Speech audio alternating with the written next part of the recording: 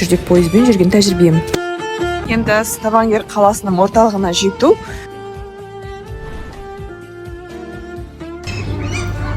Билетті бірнеше жолмен алуға болады, мынандай автоматтан және мобильді қосымшадан да алуға болады.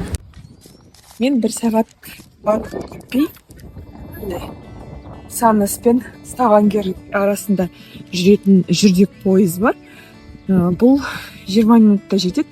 Соны алуды жөн көрдім, кішкене уақытымды үнемдейін деп. Автобустың да, осы жүрдек пойыздың да билеттер бағасы бірдей, 49 крон. Бірақ жететін уақыттары жүрдек пойыз 2 қаланың арасында 20 минутта жүреді, ал автобус 1 сағатта жүреді.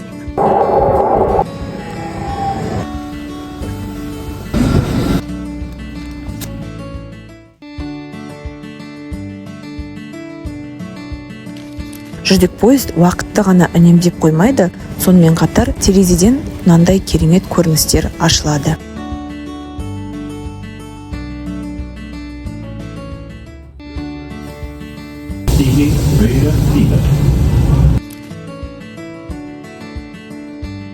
Екі қаланың арасында 4 станцияны есептеп отырдым.